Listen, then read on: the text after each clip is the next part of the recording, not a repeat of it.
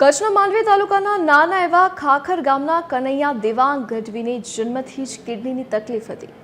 કુદરતે તેને એક જ કિડની આપી હતી, પરંતુ સમય જતાં તે એક કિડની પણ ખરાબ થઈ ગઈ હતી। કનૈયા માટે જીવન જીવવું ખૂબ જ મુશ્કેલ બની ગયું હતું અને માતા પિતાની ચિંતાઓનો કોઈ પાર ન હતો, પરંતુ અંગદાનના એક નિર્ણયથી આ બાળકના જીવનમાં ચમત્કાર થયો અને એક અજાણી વ્યક્તિના અંગદાનથી કનૈયાને નવું જીવન મળ્યું છે।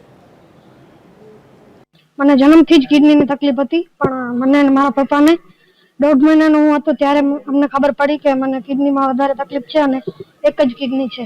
પછી 2023 સુધી તો કિડની ચાલી, દવા ઉપર ચાલી, પણ પછી 23 થી 25 સુધી અમને ડાયાલિસિસ કરાવવી પડતી અને અઠવાડિયામાં 3 વાર અહીં 50 કિલોમીટર દૂર ભુજ આવવું પડતું અને ડાયાલિસિસ કરાવવી પડતી। અને 2021 મે 2025 ના રોજ મારું ટ્રાન્સપ્લાન્ટ થઈ ગયું અને હવે હું સ્વસ્થ જીવન જીવું છું અને ડાયાલિસિસથી મને છુટકારો મળી ગયો છે। પ્રતિ સપ્તાહે એમને 3 વાર એટલે અત્યાર સુધી 250 થી વધારે વાર એમને ડાયાલિસિસ માટે આવવું પડ્યું હતું। મોટી ખાખરથી ભુજ આવવું અને જવું એની તમે કલ્પના કરી શકો। એટલે એને ભણવાનું પણ માત્ર પરીક્ષા પૂરતું જ જતા હતા એ, અને હવે ટ્રાન્સપ્લાન્ટ થયા પછી એકદમ સ્વસ્થ છે। એક ટ્રાન્સપ્લાન્ટ થયેલું પેશન્ટ એ માત્ર શારીરિક પીડા નથી હોતી, પરિવારની પણ પીડા હોય છે। દર વખતે એને કોઈક લાવવું પડે, એના પપ્પાને પણ આવવું પડે, તો તમે સમજી શકો કે એનો પપ્પા કંઈક ખેતીનું કામ કરે છે તો ન કરી શકે।